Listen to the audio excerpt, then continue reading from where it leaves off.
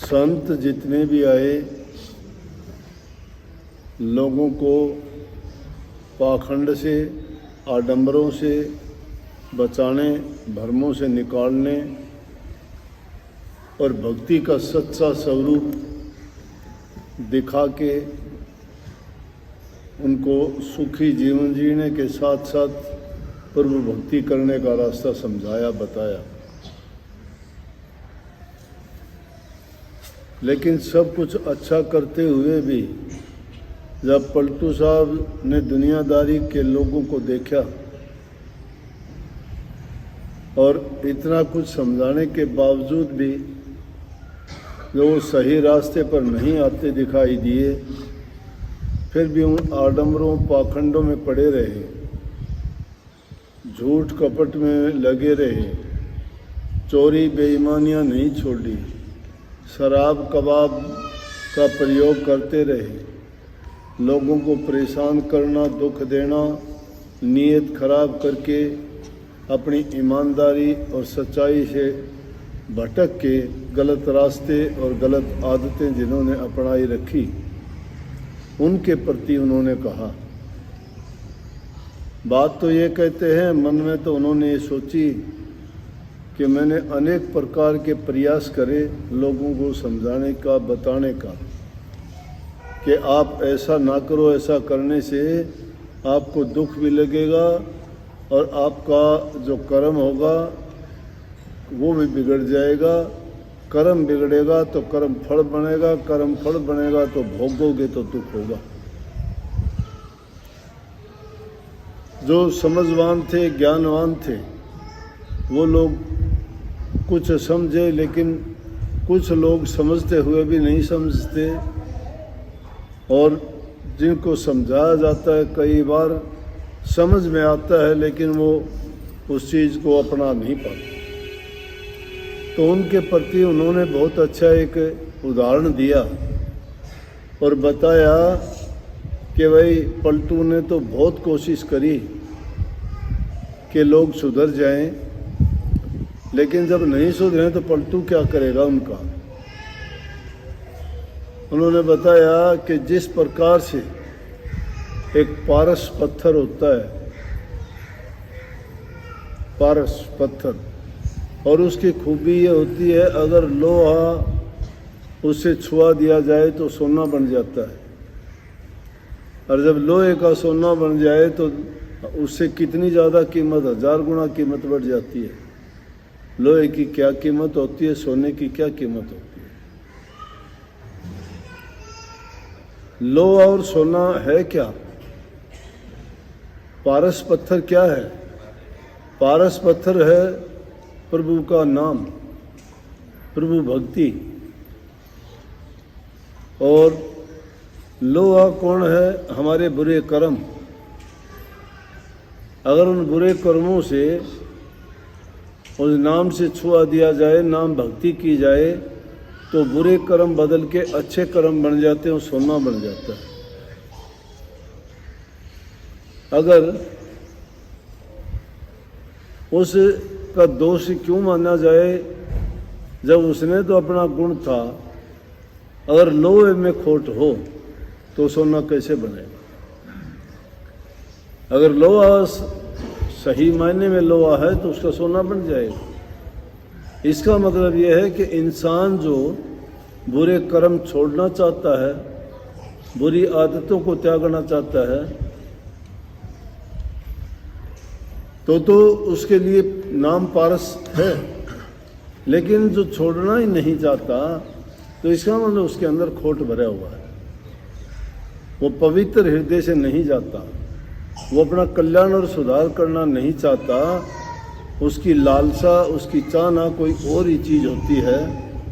इसलिए पलटू साहब कहते हैं तो वो दोष फिर वो लोग आके शिकायत करते हैं, संतों से कहते हैं कि आप तो कहते हो नाम भक्ति करने से पाप कट जाते हैं, आप तो बताते हो कि नाम भक्ति करने से इंसान के जन्म सुधर जाता है, आप कहते हो नाम भक्ति करने से आदमी की सब दुविधाएं खत्म हो जाती हैं, लेकिन हमारी विद्या, हमने आपसे नाम या उपदेश भी लिया, सत्संगों में भी आते हैं, हम सुनते भी हैं, सेवा भी करते हैं, और उसके बावजूद भी हमारे ये पाप कर्म क्यों नहीं कटे? इसका मतलब ये है कि उसके लिए दोषी गुरु नहीं है, संत नहीं। अपने कर्म को पहचानो कि कर्म करने में कुछ ना कुछ हमारी कमी है।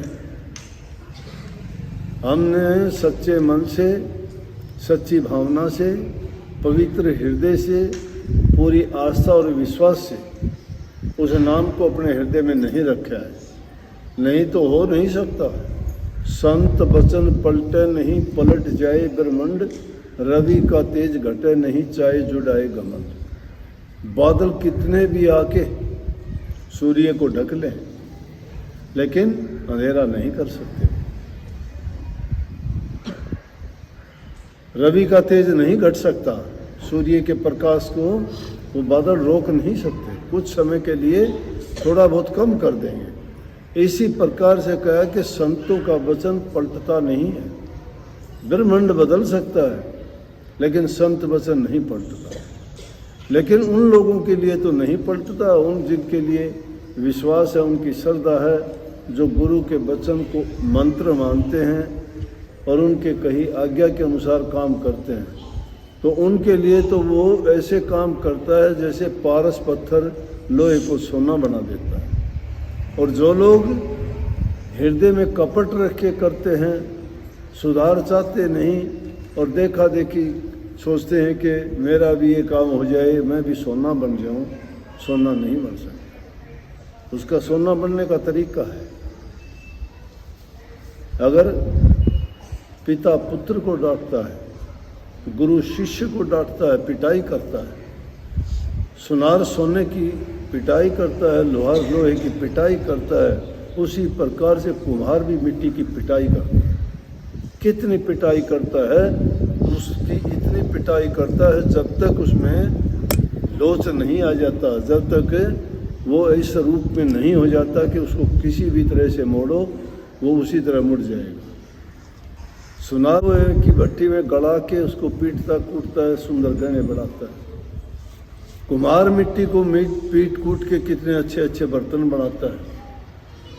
माँ बाप बच्चे को अच्छा चरित्रवान बनाने के लिए उसको डांटते हैं, फटकारते हैं और उनको कभी कभी थोड़ा सा सज़ा भी दी जाती है ताकि वो गलत रास्ते ना जाए। इसी प्रकार से गुरु भी शिष्य को सही रास्ते पे लाने के लिए थोड़ा ताड़ फटकार करता है। शास्त्रों में कहा है, लालेन बहुआ दोषा ताड़ेन बहुआ गुणा, यथा पुत्र से शिष्य ताड़ित में लालित। लाड करने में बहुत से दोष हैं, ताड़ने में बहुत से गुण हैं, इसलिए शिष्य और पुत्र को ताड़ना चाहिए, लाड नहीं करना चाहिए। लाड प्यार बिगाड़ देता है बच्चे को। बच्चों को स्वावलंबी बनाओ। इस प्रकार से जब गुरु की ताड़ मार फटकार जो सकता है शिष्य, तो समझो कि वो पारस से छू के, गुरु से छू के उसमें ज्ञान प्रकट हो जाता है, उसका अज्ञान चला जाता है, वो उसी भांति बन जाता है जैसे लोहा सोना बन जाता है।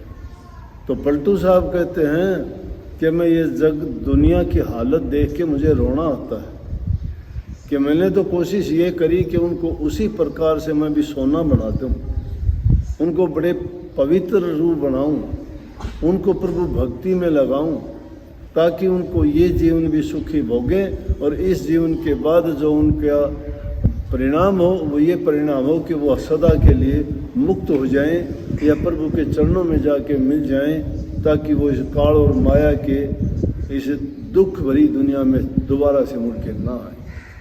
लेकिन ऐसी हालत देख के पलटू साहब कहते मुझे रोना आता है कि मैंने तो इतना प्रयास किया, मैंने बिना कोई परवाह किए उनके सुधार के लिए, उनके हित के लिए, उनके कल्याण के लिए, उनकी भलाई के लिए, उनके हित के लिए मैंने कितने उनको समझाने का प्रयास किया, लेकिन इसके बावजूद भी जो सुधरना नहीं चाहते, तो पलटू कहता है मुझे भी बड़ा दुख होता है। इसलिए कहता है कि पलटू साहब कहता है कि सतगुरु सबको देते हर लेता ना ही कोई।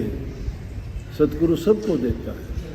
सतगुरु कोई ये थोड़ा भेदभाव थोड़ा करता है कि आगे बैठने वालों को देकर पीछे बैठने वालों को ना दे। ये तो उनका अपना काम है, वो लेना नहीं चाहते। जो लेने वाला होगा वो कहीं भी पीछे से पीछे बैठ जाएगा, वो भी ले लेगा। जो नहीं लेना चाहे वो रात दिन पास रहेगा तो भी वंचित रह जाएगा उस चीज़ से, क्योंकि उसकी वो भावना, उसका मन, उसके ख्याल और विचार नहीं होंगे। जिसकी ऐसी भावनाएं हैं, जिसके ऐसे विचार हैं, जिसके ऐसी भावना जैसे विचार हैं, वही लोग पा सकते हैं। और जो संतों के पास जाके भी छल कपट बेईमानी और धोखा और झूठ का खेल खेलता है, उसको नरकों में भी ठोर नहीं मिलती। गुरु का कुछ नहीं बिगड़ता, क्योंकि संत तो पर हित के कारण, पर उपकार के कारण, जीवों के हित के लिए दुनिया में आते हैं। लेकिन वो लोग उन संतों की सादगी को, उनकी सरलता को, उनकी सत्यता को अगर मूर्ख मान लेते हैं, भोले मान लेते हैं, अज्ञानी और अनजान मान लेते हैं, तो समझो कि उन्होंने अपना कर्म फोड़ लिया है। वो समझते हैं कि गुरु को पता नहीं, वो समझते हैं गुरु जानता नहीं है, और फिर गुरु से धोखा करते हैं। उनको ठोड़ नहीं मिलती, उनको सज़ा मिलती है। इसलिए संतों के पास में जाके अपने हृदय का कपट खोल के रख दो। जो कपट खोल के रख देगा उसके सारे के सारे कार्य सिद्ध हो जाएंगे। और वहाँ जाके भी कोई धोखा करता है, मन में बेईमानी रखता है, हेरा फेरी और चालाकी की बात करता है, तो गुरु तो जानता है, लेकिन गुरु सबका पर्दा ढके रखता है। पर्दा नहीं उखाड़ता किसी का भी, किसी का पर्दा नहीं उखाड़ता, पता होते हुए भी दबाता है उसको। अगर उनका पर्दा उखाड़े तो दुनियादारों जैसी बात होगी वो, लेकिन ऐसा नहीं करते। क्यों नहीं करते? कि परमात्मा का गुण है, और संतों में वही गुण है जो परमात्मा के गुण है। परमात्मा जब किसी का पर्दा नहीं उगाड़ता, उसकी दुनिया में पापी हैं, चोर हैं, ठग हैं, लुटेरे हैं, कपटी हैं, रात दिन क्या क्या कुकर्म और उल्टे सीधे कर्म करते हैं, लेकिन वो किसी को बोलता थोड़ा है। उनको आज़ादी दे दी, कर ले, तुम तेरी चालाकियाँ कर, तेरे काम कर, कुछ भी कर। कोई शराब पीता है, कोई मांस मछली खाता है, कोई चोरी डाके डालता है, कोई हेरा फेरियाँ करता है, छूट दे दी उसको, करे जाओ, रात दिन कर। लेकिन जब सज़ा मिलती है, जब फिर कहता है कि मुझे क्यों हुआ ये, फिर सवाल करता है, फिर ये याद नहीं करता कि तूने क्या किया था। इसलिए भाई संतों के पास जाके निष्कपट होके जाओ, हृदय को खोल के जाओ, उनके पास लेके जाओगे तो सतगुरु सबको देता है, लेकिन लेने वाला होना चाहिए। जो लेने नहीं चाहते उनको कैसे वो गठड़ी उठवा दें सिर के ऊपर। जिनके पहले ही जिन्हें पाप की गठड़ी सिर के ऊपर रखी है, तो पुण्य की और नेक कर्मों की गठड़ी उसके ऊपर कैसे आएगी? फिर तो गीत गाते रही हो, गठड़ी छोड़ चला बंजारा। ये गठड़ी मनुष्य शरीर है, और इसमें आदमी खोटे मंदे कर्म करके पाप की पोट बांध के सिर के ऊपर लेके जाता है। तो पलटू साहब ने शिक्षा दी है, भाई अगर संतों के पास जाते हो तो उनके गुण ग्रहण करो, वो जो उपदेश करते हैं उसको अपनाओ, तुम्हारा जीवन सफल हो जाएगा। सबको आशीर्वाद। राधा स्वामी।